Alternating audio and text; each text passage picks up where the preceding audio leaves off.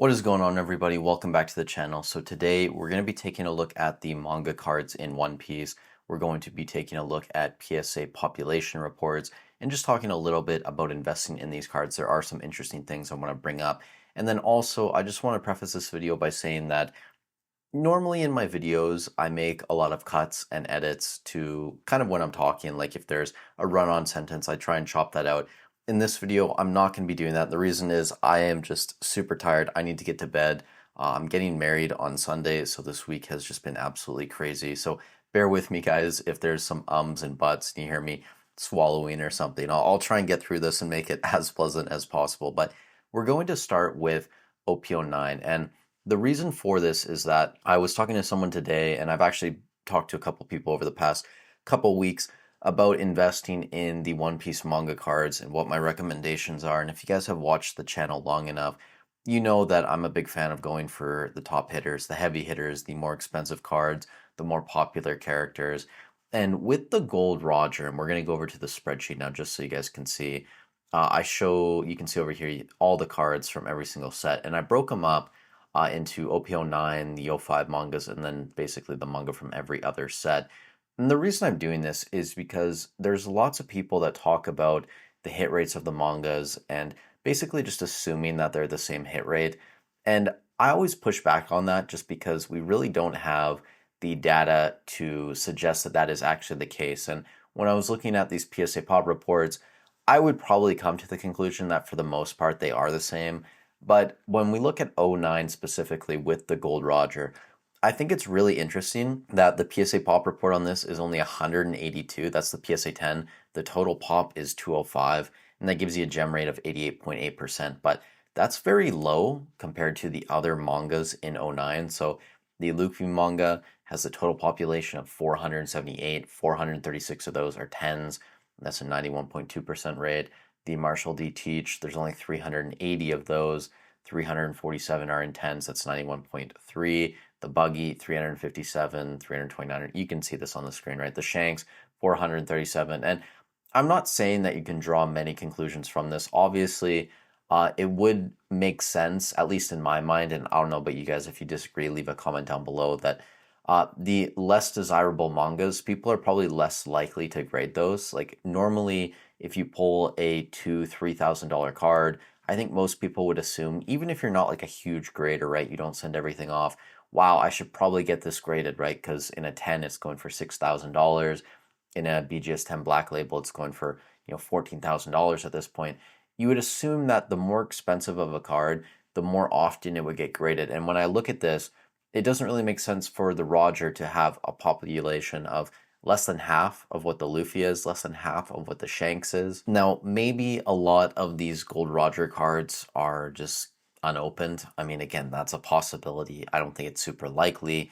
The other thing too, potentially, is that most people that pull the Roger send it off to BGS because they're trying to get a black label that's 14,000 instead of a PSA 10 that's I don't know, $6,000, right? 6,200 bucks.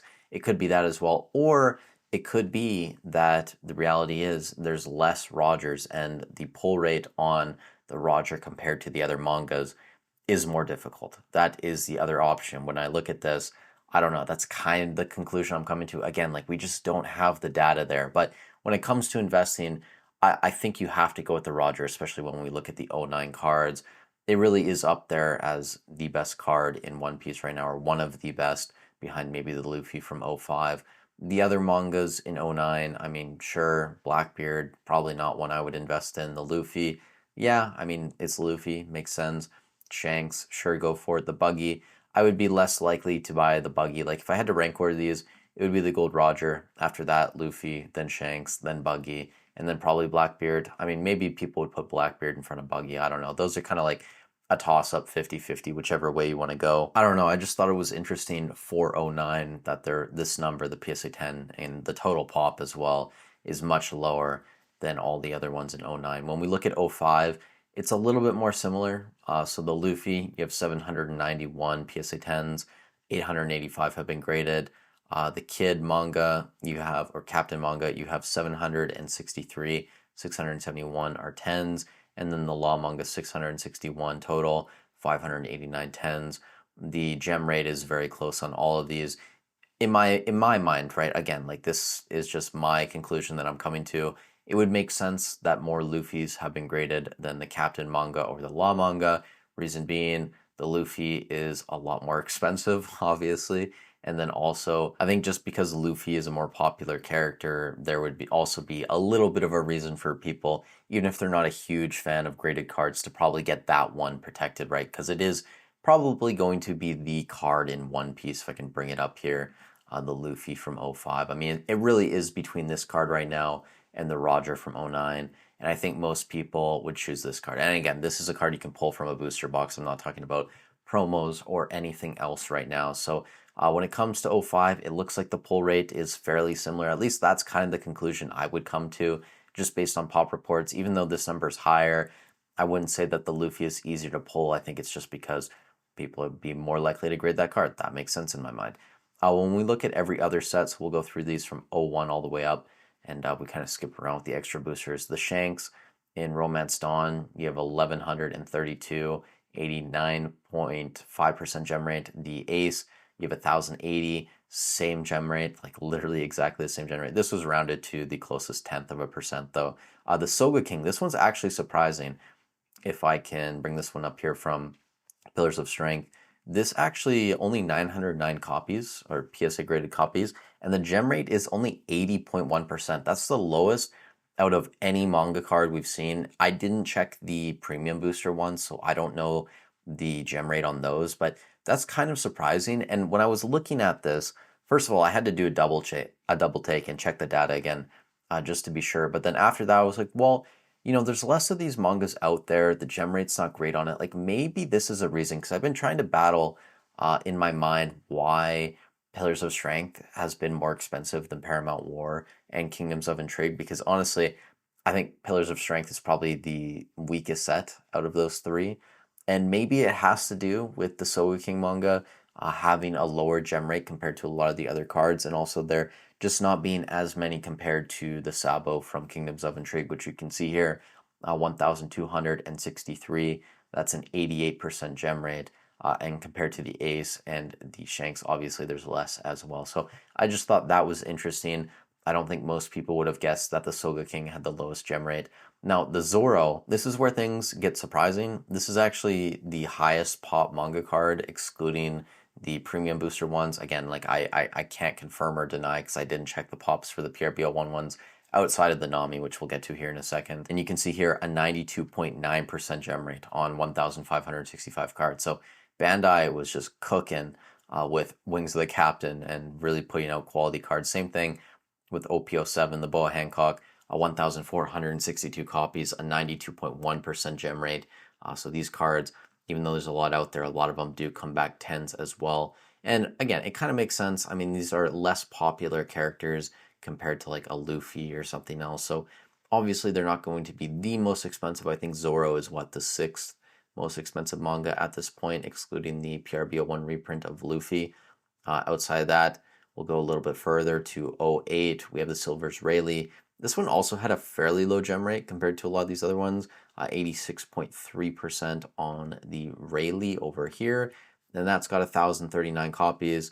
Then we have the Law from Royal Blood, 569 PSA 10s, 569 total pop, 501 PSA 10s, 88% gem rate. It's getting late, guys. Sorry, it's almost midnight when I'm recording this. This only time of day I've been able to get this done. So bear with me. I really do appreciate it. The Luffy from 11, OP11, this is going for not even $400 raw. I still think this card is going to be more expensive one day. You can see here, 87.2% gem rate. We have 289 total pop, 252 10. So this card is still going for, I think, around $800 in a PSA 10. We have the Luffy from EBO2, now jumping to the extra boosters. It's over here. The Gear 2 Luffy, still over $1,000 on TCG Player. I think it might be a little bit less than that at this point. 91.3% gem rate, 218 total pop, 199 PSA 10s. To close out the video, a couple more here. We actually have the highest gem rate on any manga card, and that is the Tony Chopper from EBO1, the extra booster. This is the fifth most expensive manga card at this point. You can see, since basically like early March, mid-March. This was $700. It's just been steadily climbing since then.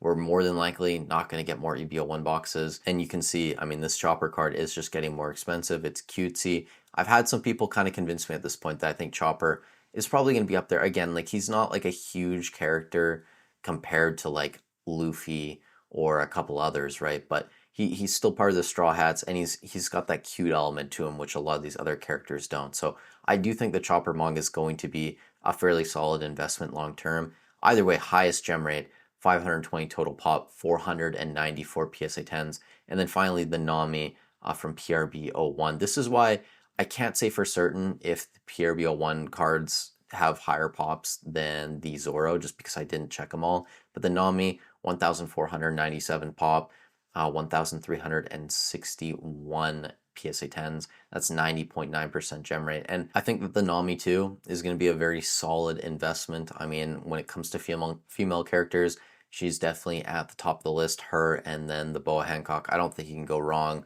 either way there. But when it comes to investing in the mangas, definitely prioritize the better ones. I was talking to someone today, show up, Matt, if you're watching this, go for the more expensive cards first. Like go for the Roger, go for the Luffy, if I can bring these up, like the Roger from 09, go for the Luffy from 05. If you're planning to get a lot of the cards, right? If you can't afford these, obviously don't overextend, like don't spend more than you're willing to. But I do think as time goes on, you know, we really are going to have a finite amount of these out there.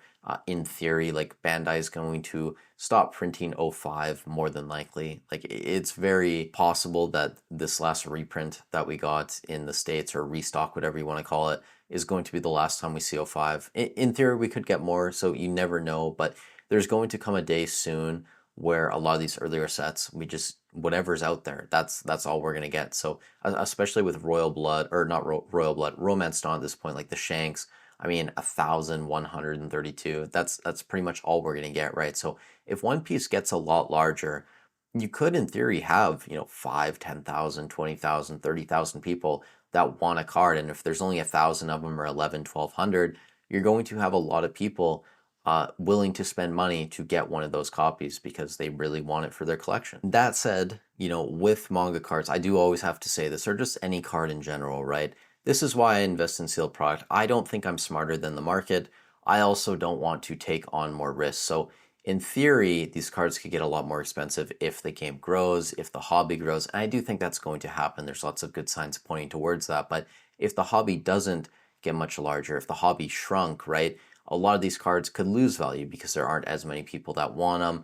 Whereas with sealed product, I mean, as time goes on, there's less and less of it out there. Boxes get ripped, boxes get damaged, and then your boxes become more expensive, and you don't need more people coming into the hobby to make your investments go up in price. So that's kind of the trade-off, sealed versus going for slabs. But if you are going to invest in the cards, you want high grade PSA 10s, whatever, black labels, go for the top tier mangas. I mean, maybe some SPs and stuff. We could talk about that in another video, but these are kind of the no-brainers. And the Roger really is kind of the dark horse right now just because it's interesting. It's very interesting to me why the total pop is so much lower than every other card in OP09. You would think too, with it being like a $6,000 card in a PSA 10, that if people pulled this, they would automatically send it off for grading. Even if it was going to get a 9, like probably worth getting a 9 compared to keeping it raw, at least in my mind. I know the gem rate's super high, but you don't want to risk it getting damaged. I think just having like that authenticity guarantee behind it that PSA puts on it is worth having as well. So I don't know, this is interesting. Like maybe there really is a difference in the pull rates. It would kind of make sense too, with it being like a gold manga and being like the manga in the set, that maybe it is a little bit more difficult. And we're going to have to wait and see the next time that Bandai puts more than one manga in a set, like OP13 coming out later this year. It really is going to be interesting to see what's the difference between the regular mangas versus the red mangas. Are they all going to be the same pull rate? Like, who honestly knows? But once we know more on that later this year, I could definitely do like an update video to this, and we could have a little bit of a discussion on it. Also, if you guys want me to do this in the future for like the special rares or the alternate arts of any given set, definitely feel free to leave a comment down below. If there's enough people that want me to do that, I could get around to potentially doing that. I'm getting a little bit better at using PSA's population report system. Their search engine, again, like I don't think it's the best still, but it is getting a little bit easier for me to find stuff and things just go a little bit quicker and it makes it more enjoyable. But with all that said, thank you guys so much for watching the video. Stay safe wherever you are in the world. I'm probably going to upload this on a Friday, so if you are watching it on a Friday or the weekend, have a great weekend, and I'll catch you in the next one.